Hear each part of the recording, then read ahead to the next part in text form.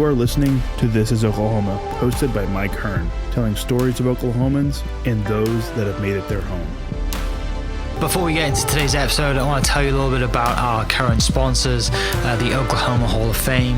As you well know, if you've been following This is Oklahoma, they've been a huge part of this podcast. So this podcast is presented by the Oklahoma Hall of Fame, telling an Oklahoma story through its people since 1927. For more information on the Hall of Fame, go to www.oklahomahof.com and follow them on Instagram for daily updates at OklahomaHOF. What's up, guys? Welcome back to another episode of This is Oklahoma. Mike Hearn here, your host, back with another episode down at the Bedford studio today with Stefanie Embree to talk about sweets and treats and everything that makes you feel good, sugar in general. Yes, right? Absolutely. So OKC Sweets is what we're going to talk about. But thanks so much for coming down. Before we do dive into the sweets and the treats, tell me a little bit about you. What's kind of like your, I guess, Oklahoma story? Oh my goodness. So, where do we start? I know, right? Yeah. I was actually born in Oklahoma City, at Deaconess Hospital. Lived here. Well, we moved several times and then ended up back in Oklahoma. I was here for elementary school. Yeah. My dad decided to go back to school when I was in elementary school because he wanted to be a doctor. So he went to school and then he went to OU Med.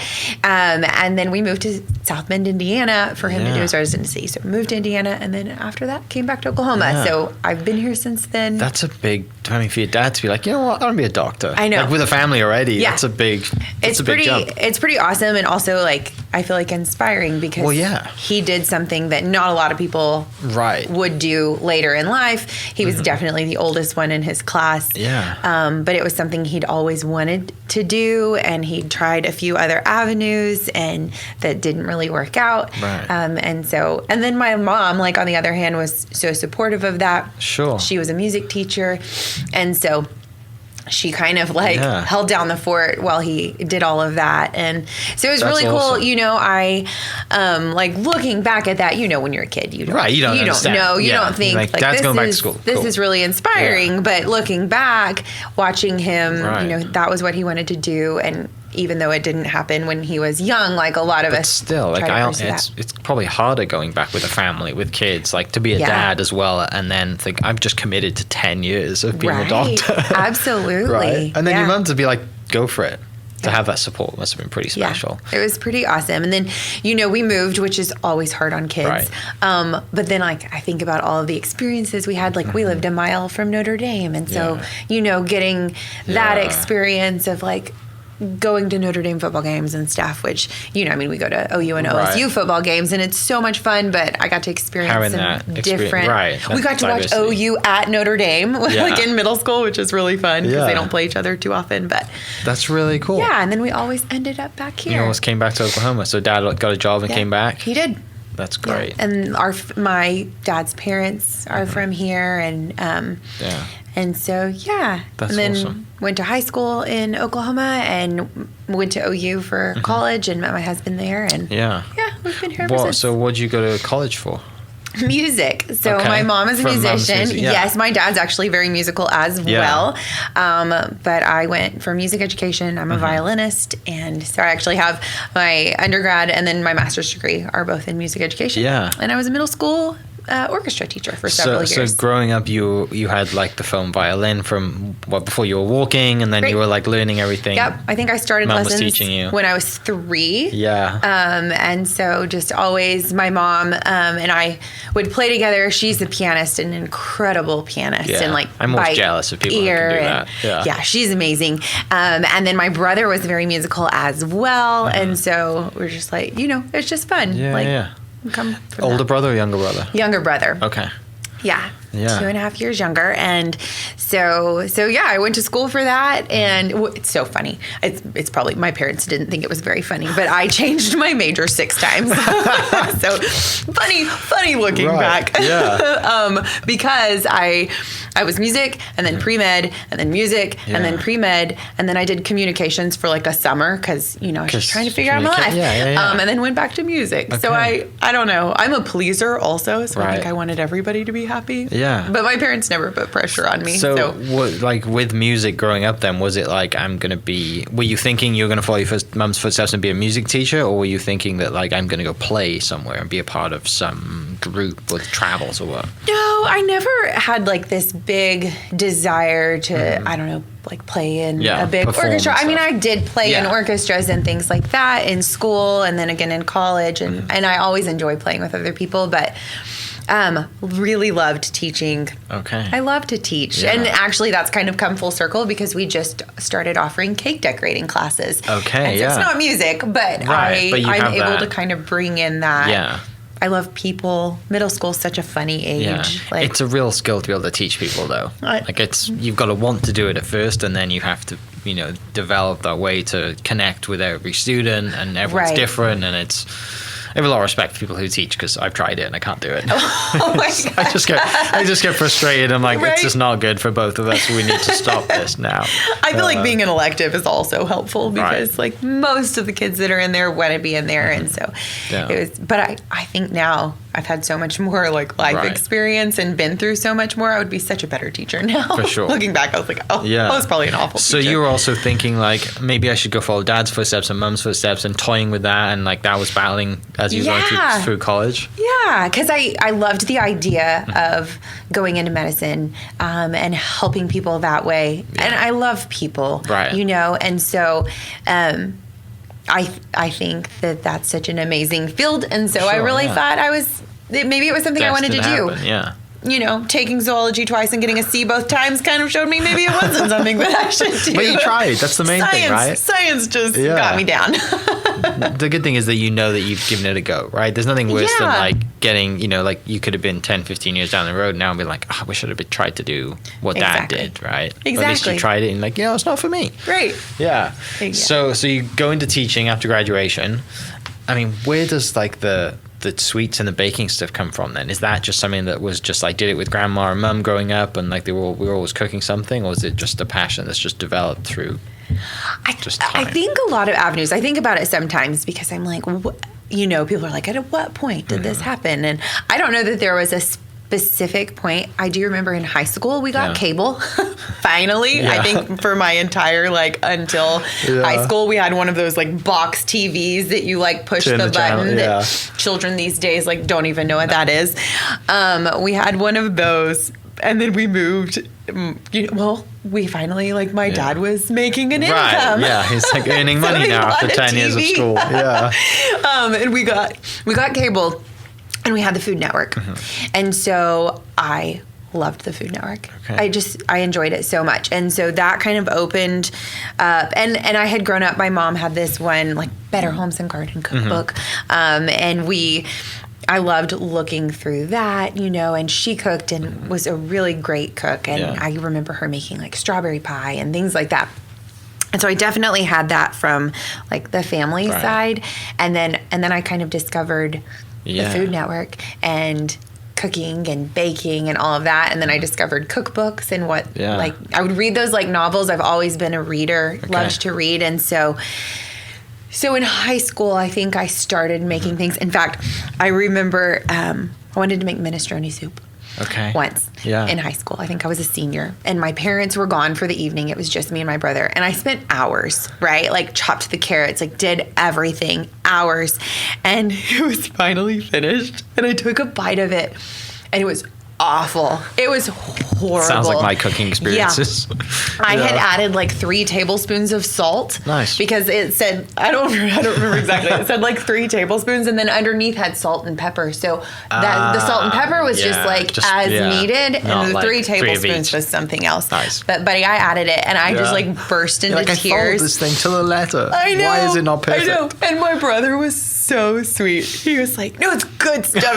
It's good." And he felt so bad. That's a good younger brother, because my younger brother would be like, "No, this is very bad." I think it was the tears. Because we had our moments. We definitely did not always get along, but Yeah, so that was probably my first really like, independent baking experience. It didn't go well. Yeah. But then in college, I did some like living with friends. We all enjoyed baking. I got my first KitchenAid mixer in college. Right. But then after I graduated, married my college boyfriend, and we just, you're young, you're married, you don't have kids, and you have time to have people over. Yeah. And so we would have people over, and I just love making people happy and like seeing the joy on people's faces when they take a bite of something that's delicious that you've made. Which is mostly dessert food, right? Exactly. Yeah, no doubt. It's such Yeah. a great feeling. And so started baking more.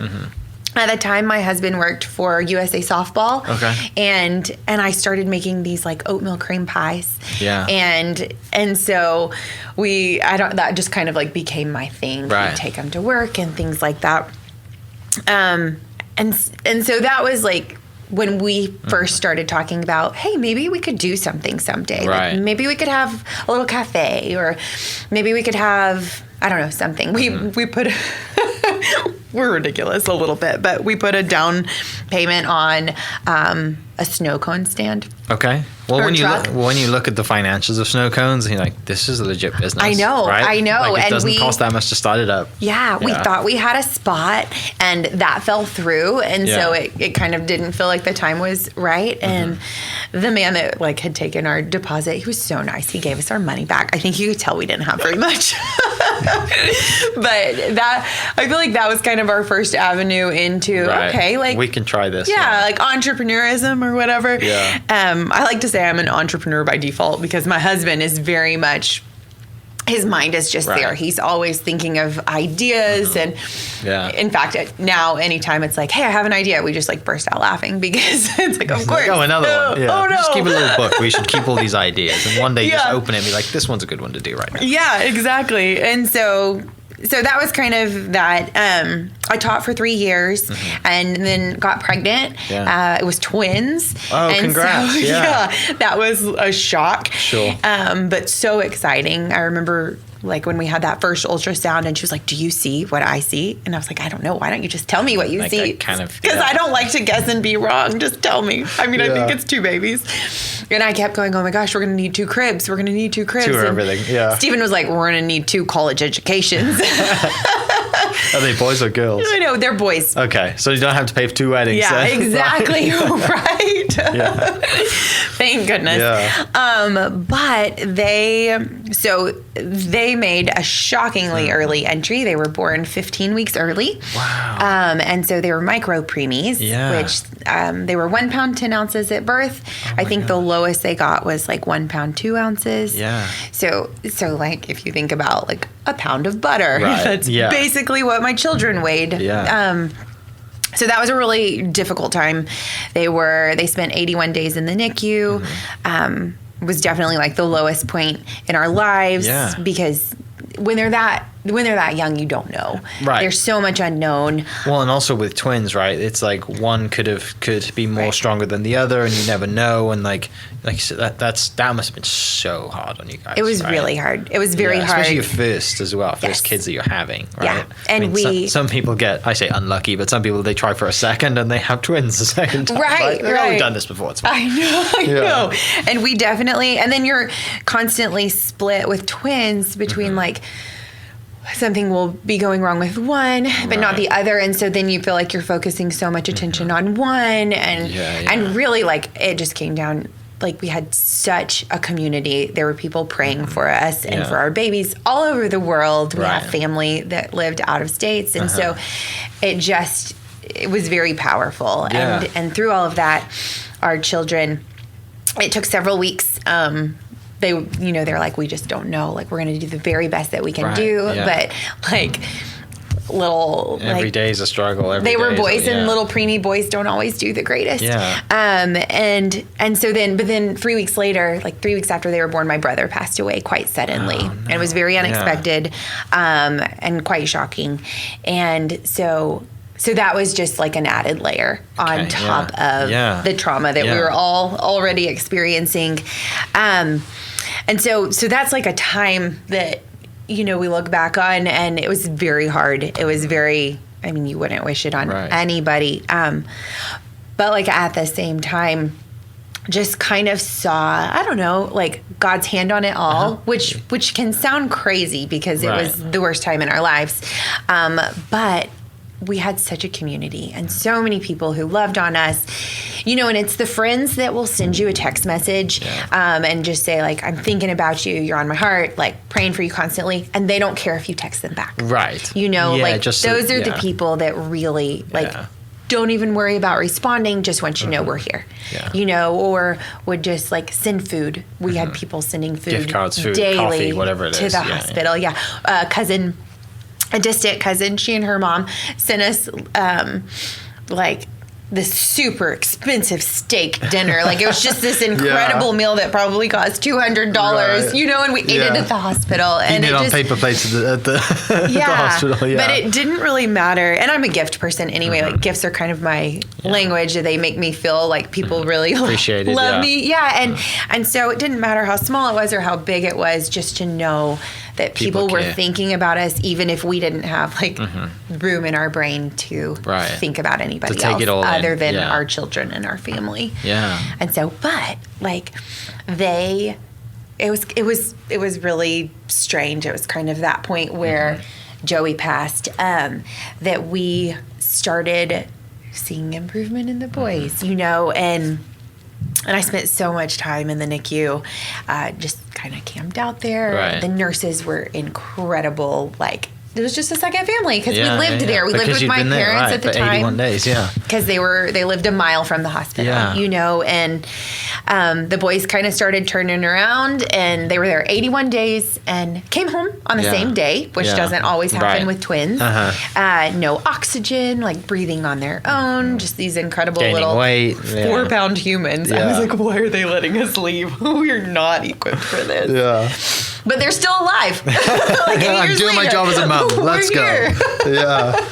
That's amazing. So, so they're little miracles. So from that point, I was so fortunate. I had always wanted to stay home. Once my kids were born, I was able to do that. And baking became an outlet for me. It was something that I could do as the kids got a little older. It was something that they could do with me. Yeah. They loved cracking eggs. At that age of like 2.5, I could just run into my bedroom for 10 seconds, and it didn't matter where the eggs were in the refrigerator. They would get them out and crack all of them on the floor before. This is brilliant. Before I came back. I mean, 10 to 20 seconds. It was not little amazing. rascals, right? Like 100%. God, that's so good. And so shortly after that, we added a daughter to our family through adoption, and she's just absolutely incredible. That's awesome. And they're about, a year and a half age difference from the boys. So that was a huge transition. Nice. Yeah. After she came home, we just all started baking together, and it was really fun. And that was kind of the point where I realized I could make my own recipes. And so I started tweaking things here and there to create my own recipes. Yeah. And as I did that, family and friends started encouraging me to start like a little home bakery business. Right. And so I did. Because you were already doing it anyway. Right. Yeah. And started making cakes. And so I'm self-taught and just, watched videos, read cookbooks, and all of the things. YouTube University, right? It's there for a reason. Exactly. And my, I don't know what I was going to say there, but That's really cool. Yeah. To have, because it started, like you said, it kind of was like your outlet, your therapy, and then, then your husband's like, and your friends like, we could sell this. Let's make this into. We're already doing this anyway. Then it becomes birthday parties and weddings and baby showers and whatever it is. You just slowly build up. And I guess because it's come from a passion, not necessarily come from, we're starting a business, here's a business plan, the goal is profit. Right. From day one, then it's almost the best way to build a business, isn't it? Because you're not worrying about, as long as you cover your costs at the start, because like I said, you have your husband's income, so it's, if it makes money, great. But at the time, it's like, this is probably doing my soul much better than the money if I were to make money anyway. Right. And then, like I said, you just build the fan base. And And that was kind of what I did. I started like my home bakery business, and then I decided I wanted to grow on Instagram. Yeah. And so, and my husband came up with OKC Sweets as the name. He's a great business namer. Well, good that it was still available, right? I mean, who would have thought? Right, yeah. But it was. And so we started that, and I started just kind of networking on Instagram, getting to know other cake decorators, collaborating and things like that. And I was able to grow on Instagram. And then we kind of got to that point where our kids were all going into school full time. Yeah. And it was like, if we want to do something, now's probably the time. This is it now. Yeah. This is go time. It was like, do it now or we probably won't do it. Right. In the meantime, my husband had started his own. He works full time, but he had started a his business brain's as always well. Going. Yeah, yes, it's called Big Green Moving Boxes, and so it's like you can rent these moving, like plastic moving totes, and they like take them to you, and you pack up, and you move, and then they pick them up. Perfect. And so he has his own little like. So we're just always. Yeah. What could we do? What else? I'm like, let's take a break and just enjoy what we're doing. This is also good when you have your own business too. It's like we can chill now. Like we can take our time, which is the best part about it. Exactly. And so we decided to go for it. We found a spot, and we signed the lease. And this was all pre-COVID. Oh, of course. COVID was not around. Right. And I think this was, I don't know, maybe November of 2019 or maybe even August. I don't remember exactly what the date was. But we opened June of 2020. Good for you. So right smack dab in the middle of COVID. Yeah. But I think it's perfect, really. Right. Because everybody needs something to celebrate. Yes. And even if it's a small celebration, or even if it's like you just need something to help you get through the day, I think sweet treats do that. For sure. And like, so kind Easy of our, gift. I don't know. Who doesn't like that stuff, right? Unless you find out that someone, cranky people. Yeah, cranky people, but some people's allergic to sugar or whatever, then you'll find that out. But for the most part, if someone's buying you a gift, then they know you pretty well. So they'll know that, like, sugar is not for you, which is a small amount of people. Right. But and there are other things for those people. Oh, sure. Yeah. We'll figure out then. We have coffee mugs that we sell. Yeah. That's awesome. So the business is like, let's do this. Let's find a space. Before you find the space, how you already have a following on Instagram, right? Yes. Like you've kind of grown that first. Yeah. Tell me about that stuff, because I swear by it. It's how I've kind of grown my stuff as well. The podcast came after, having an Instagram following, and it's free. And if you just have some general knowledge about it, or like I said, use YouTube and figure it out, it's the greatest resource in the world. It's so good. So, why did you initially, I guess, make the decision to get involved in that? And then, I guess, where have you taken it from there? So, I had my business, my home business, for about a year. Yeah. And I think I was at under 2,000 followers, and I just decided. I told my husband, I was like, I think I want to try to grow Instagram. Yeah. And so then it really was about networking. Like giveaways are always a great way to grow, especially giving away sweet treats. Yes, right, and like and it was neat. And I feel like it was kind of like a prime time with Instagram because it was before everybody was so stressed out about the algorithm and all of those things. Right. Videos were kind of just kicking off, and so I would make videos, like cake decorating videos.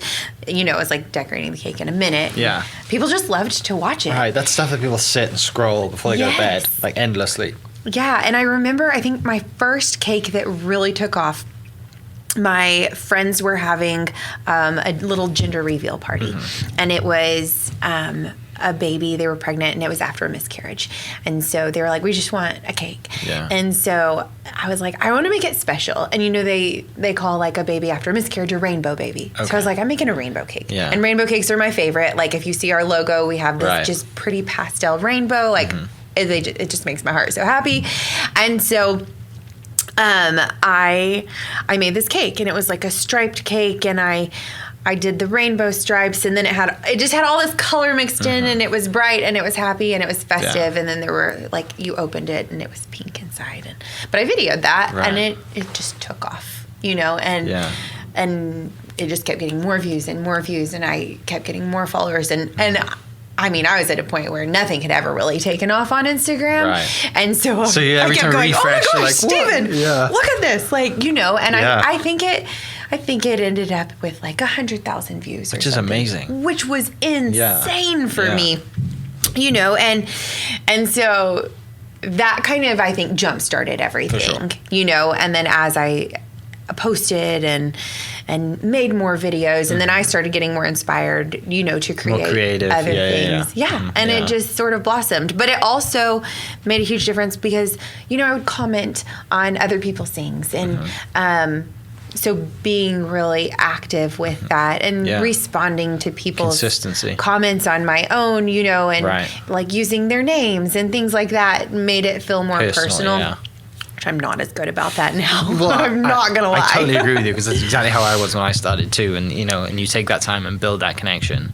But you're right. Now it's like, it is overwhelming now. Yes. Right? Because you get, you know, you get that many followers, you get that many comments on a photo, and you're just like, it comes to a point where like, do I spend time doing this or do I actually have to go like work? Right. Because you could easily sit there for 4 or 5 hours a day. So long. Replying, engaging, chatting, which you kind of have to do early on. Yeah. But now it's like, you know, it's hard to find the time to do both. I mean, they're both extremely important, but at the end of the day, you've got to run a business too because you have now orders coming in. Yeah, and it's a lot of work to grow Instagram. Like it doesn't just it's not just a fluke. You know what I mean? 4 years, I think I've been doing it now. Yeah. And it's every day. Right, and you have to put the time in and the effort, and so once, so I think we had. I don't know how many we had when the shop opened. It was a little bit under 50, I think, maybe 48,000 followers, but I think it made a really big difference. But it was huge. It was kind of a hard. So when we initially signed the lease, we had so many plans for how we were going to grow, how we were going to show everybody our progress and all of that. But like COVID hit, and so. It was so anti-COVID. Right. It was really huge opening revealed, and now it's just gonna be me filming filming a walk around of my space. Yes, I think we announced it, and I think the next week everything shut down. And so that was a little disheartening because we really did. We were gonna like video the whole process. We were gonna share the whole process, but everybody in the world was like scared out of their minds. Not going anywhere, not leaving their houses. Everything was shut down, and it didn't seem right to talk about all of that. Yeah. And so you know, we did a little bit here and there. We shared a little bit of progress, but nothing like, you know, we had really planned wanted to. Yeah. Yeah, and then our country was in such turmoil during that time, and that was really hard. And so I didn't want to, maybe you didn't either, but I didn't want to overshadow like other things that were going on. Yeah, you want to still show that you kind of have awareness of what else is going on, but at the same time, but also bring light to starting a situation, you know, business. Yeah, and so it was just a really weird time, and. But our not grand opening. I mean, we just opened because you couldn't have a grand opening. Okay, we're open for business now. I know, but the day we opened, I mean, our friends came out. We were all, of course, everybody was like masked up, but it was amazing, and so many people supported, and you know, people from all over, and it's so fun now because I'll have people from Michigan like come to the shop, and they were like, we were on a road trip, but we follow you on Instagram, and so we made it a point to stop. Best thing ever. It's amazing. It means so much. You know, if I sit and really think about it, I could just cry. Well, because you're right. When you have that someone, you're like, I never met you in person, but like we found you from a video that you made, which really like costed you just time to make that video, right? And the ingredients, but like it's the awareness and the ability to capture that content because you're doing it anyway. Yeah. And I tell this to everybody, and I think like, it's super important. And they're like, well, how do I make videos? Like, you're already doing it. Just stick a camera there and get some light, and you know, a ring light and a camera stand is like $30 from Amazon if you want to go on, or whatever it is. Like, could be anywhere, but just film it. And then, the first video is going to be terrible. Everyone's first video is terrible. Right. But just keep doing it and doing it and doing it, and you'll figure it out. And you don't need a camera. Use your iPhone. Like. Exactly. It's easy to do. And the music's already on your iPhone, right? I know. Instagram or TikTok or whatever it is, already got the music built in. So you don't have to worry about finding music. I always pick my favorite songs. And everyone's like, why do you have such good music? I'm like, well, for the most part, it's stuff I used to listen to back home, so you've never heard this before. And it's also 10 years old.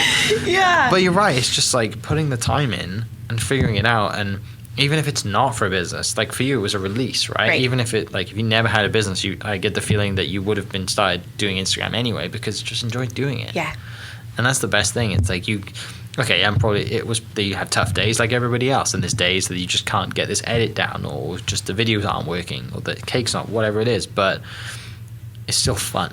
Yeah. That's the main thing, isn't it? It's like every day, like I get to do what I want to do every day, right? And I get to show the rest of the world through me videoing it. Yeah. And you don't really, you and a camera. Right. So, and the best thing, and we spoke about this earlier, is that it's edited.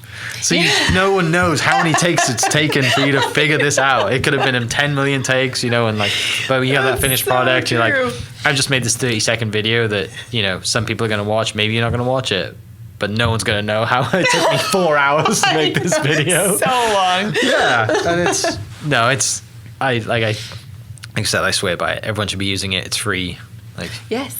Why not? Everyone's got an iPhone. The cameras are great now.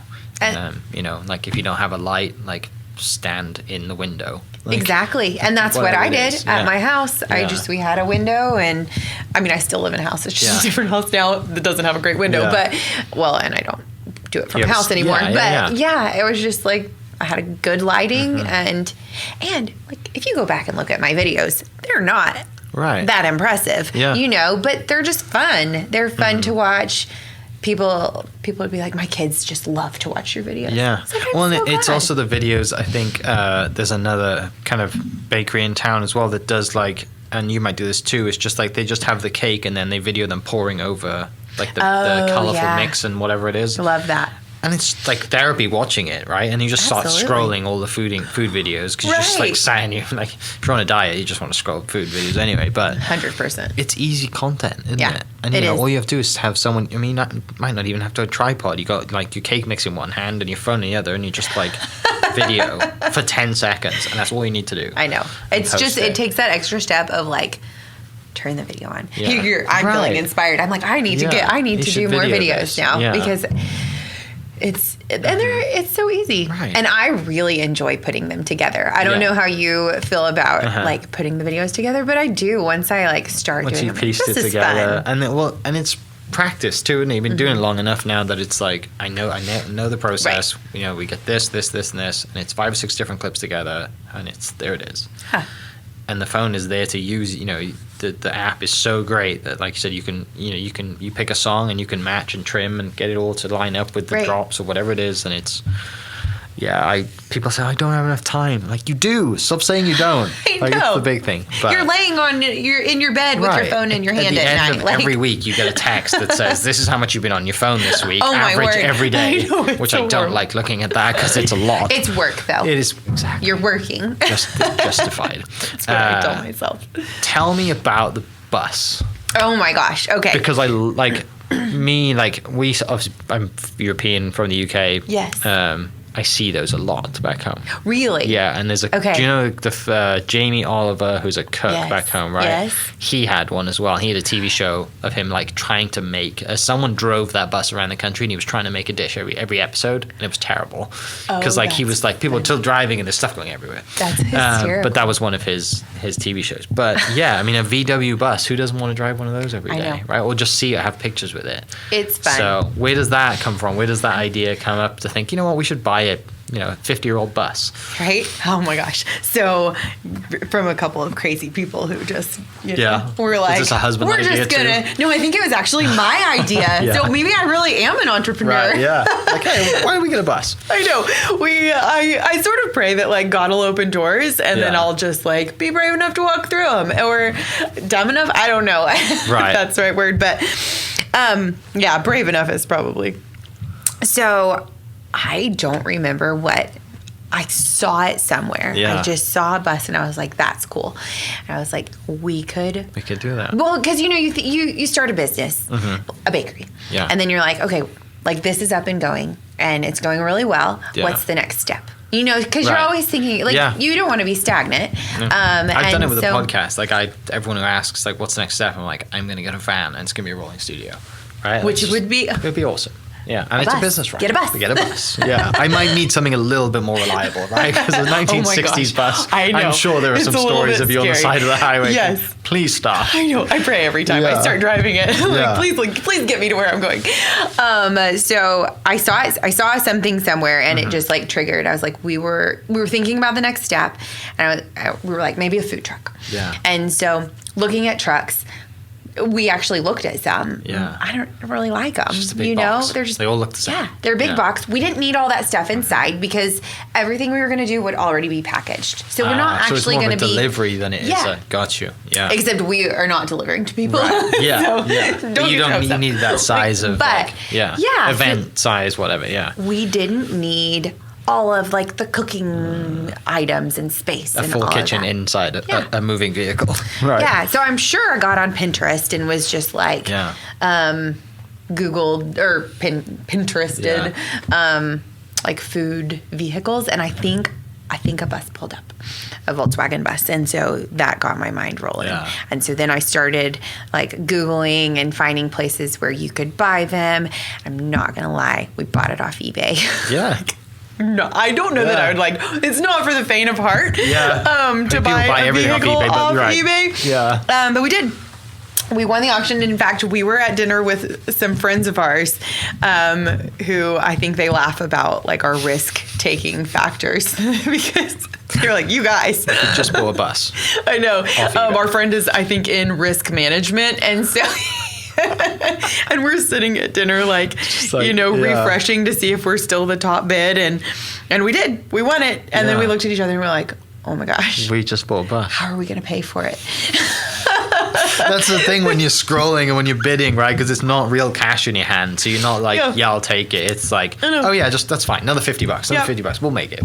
No big deal. No big deal. And so we were like, we told our friends and they were laughing and we were like excited. But then we got home and I was like, okay, what do we do? Like, how do we have to pay for it. Yeah. We have to get it here. It was in Miami. Oh, wow. Yeah. So not close. Right. Yeah. And you can't drive it back. No. Oh my gosh. And that would have been. So this is. Or you could try.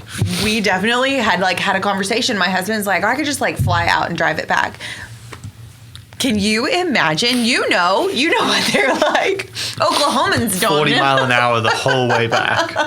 Where are you at, hon? I'm still in Florida. We're at middle of Florida. Still in Florida right now. Right? Passing Jackson. It's like it just backfired 11 times. We think we're going to make it, but we're not sure. And so we had to hire delivery truck, whatever it is. A delivery freight service, which I've never done before. Yeah. And calling people and doing things like that's a little out of my comfort zone. So I just pulled on those big girl britches. And so I had to make those phone calls and, and you're getting quotes. And then everybody, you get a quote from someone and then somebody else calls and they're like, we can do it for this. We can do it for this. And if you happen to mention a quote you got from someone else, they're like, well, they're not reliable. Everybody wants to badmouth everyone else. And I'm like, can we all get along? Right. Let's be friends. Yeah. If people call our bakery and it's something we can't do, right, or we're booked, we recommend our other local bakeries because we want to support one another, and community. It's important. Right. And so anyway, that's off topic. So you get the truck back finally. So we get it. Yeah. It's 11 o'clock at night. Our neighborhood, there's an elementary school at the end of our neighborhood with a big parking lot. Mm-hmm. And so we're they can just leave it there and then we'll drive it home. Yeah. And I'm still thinking, I learned how to drive stick. Right. In high school, my dad had an F-150. Yeah, it's a car. It's going to work. This is no fine. big deal. It comes. It's like riding a bicycle. Yeah, exactly. Yeah. It's not like riding a bicycle. 56-year-old car is going to stop straight away. And it's a completely different. It's a 4-speed, but the first gear rear is on this side. Yeah. And okay, so it's 11 o'clock at night. Yeah. It's pitch black. I think our kids were asleep, and I think we may have just left them in bed. No, we didn't. We'll be back. Yeah. Delete that part. That. Yeah. I'm just kidding. No, my mom may have come over. I'm trying to remember. I think my mom went over, stayed with the kids, and so we went down, and this guy, I have video of it. I don't know if I've ever posted that. It was on the second tier of his thing, his rig. Yeah. And he went all the way back, and I couldn't watch. I was like, Steven, I can't do it. You have to video it. And I just had my head covered, and I was thinking, this is the worst choice worst decision we've ever made. He finally gets it down. It's cold. It was January, so it's cold outside. Yeah. It's pitch black. There's like one light on the school, and he didn't speak any English. Right. And so here it is. And I had so many questions. She's like, here's the keys. Here it is. Yes. Sign this piece of paper. Say I delivered it. He was That's like, I'm not the one. Like, I'm just the delivery man. I was like, but how do I drive it? You're like, I know it's late at night. I know it's cold. I know it's January. But I need a lesson in like starting this thing up and like how, I need like a run through, right? I need to be introduced to this car. I know. And he was so nice and wonderful. And he really did try to show me like how to do it. But okay. So then not only that, the lights in the bus didn't work. Okay. The thing was like hanging down. So we tried to like push it up and, it like shocks you. Yeah. My husband, it shocked my husband. It didn't shock me. And so you're like trying to use your iPhone. To figure out where things are going. Yes. Flashlight. Yeah. Couldn't think of that word, to figure out like how in the world. And so I turned it on, and I like got it in reverse because I thought reverse was over stick, here. Right? No, I don't think he ever Which had it. Which makes you in be his like, life. I got this. It was me. Yeah, it was me, and I was like, I don't know. And so finally got it going, and I was moving, and then it like every 10 seconds it just would stop. Yeah, it just died.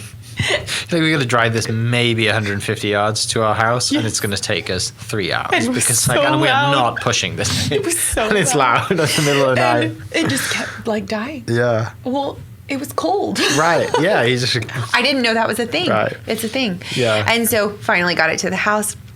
It's so loud. Get it in the driveway, and the kids are awake at this point? Nope, the kids were asleep, but our neighbors like banging on the window, and I was like, listen, don't be cranky. Yeah, one time a year. We're so calm. We're such a calm family. Right. I'd rather be where you are right now. Like, I'd rather be mad and banging at my other neighbors than trying to fix this car and get it into my driveway. Oh my gosh, but we got it. We got it in. We were excited. It was exciting. My mom came and looked at it. Yeah.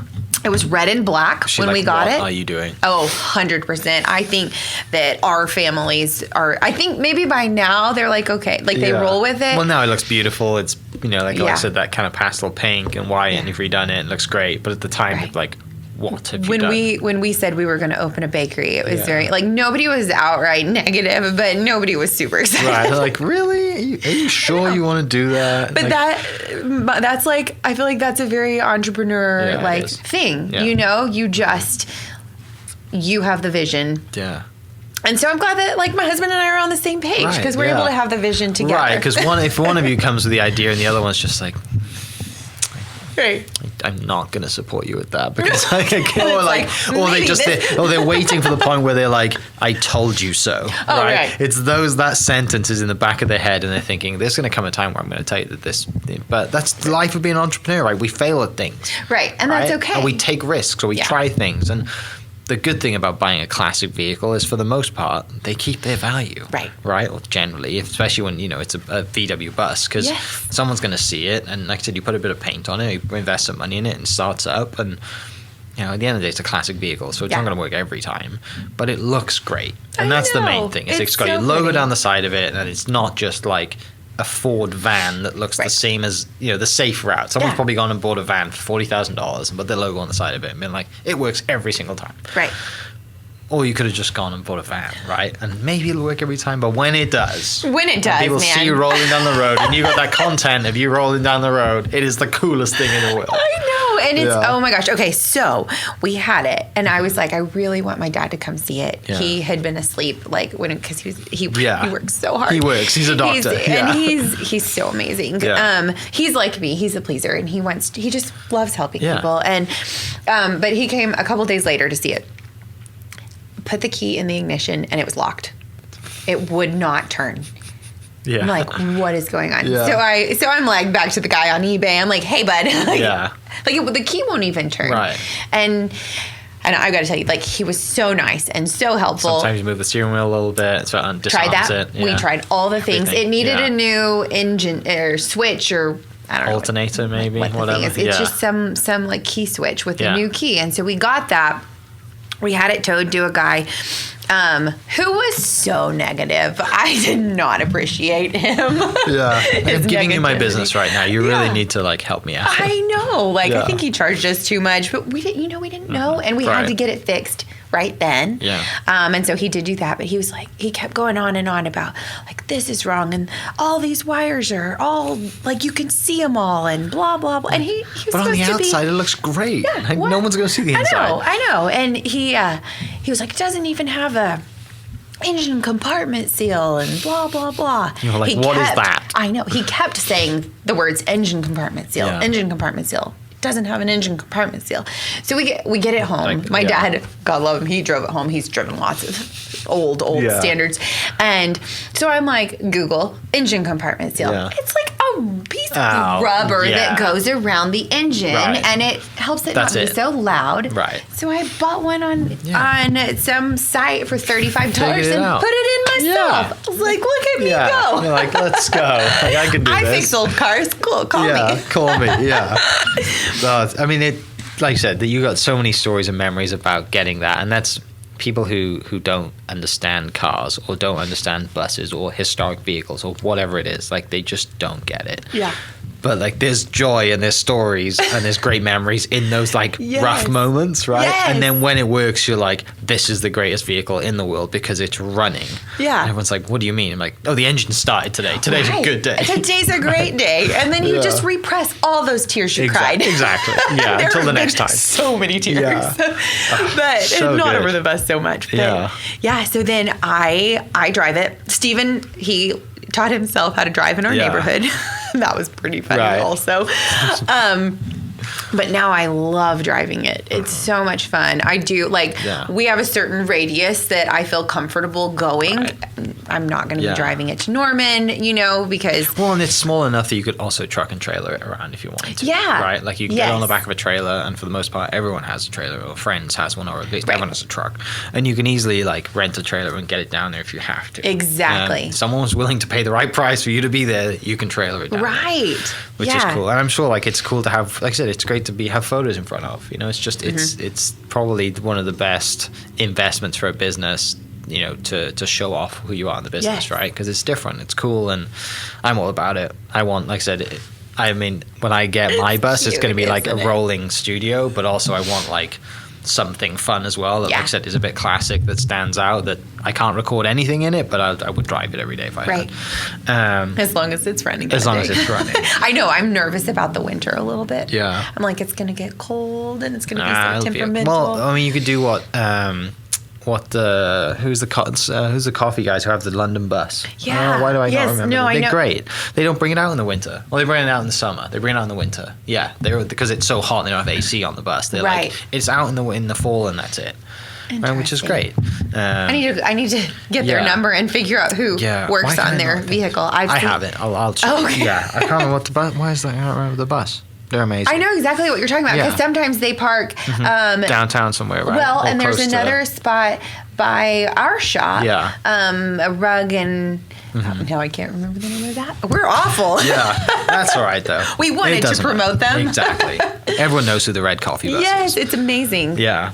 Well, I mean, thank you so much for sharing some stories. This is Yeah, brilliant. Thanks for you're so coming down. welcome. For people listening, they can go to okcsweets.com, and I'll post that link in the description and link to your Instagram as well, because Yes. it's mega. And we started an Instagram account for the bus. So we've okay, got OKC awesome. Sweets and then we Yeah. have OKC Sweets Bus. Amazing. I'll post both of those in the description. And like I said, for anyone listening, reach out, send us both a message, or I'll connect you and you can ask questions and find out what you want to know. If you want to know about historic buses or you want to know about making cakes, cupcakes, macarons, cookies, we'll figure that out. But Sammy, thank you so much for coming down and You're sharing some so stories. welcome. This has been awesome. Thank you for I having can't wait me. to try the treats that you brought us.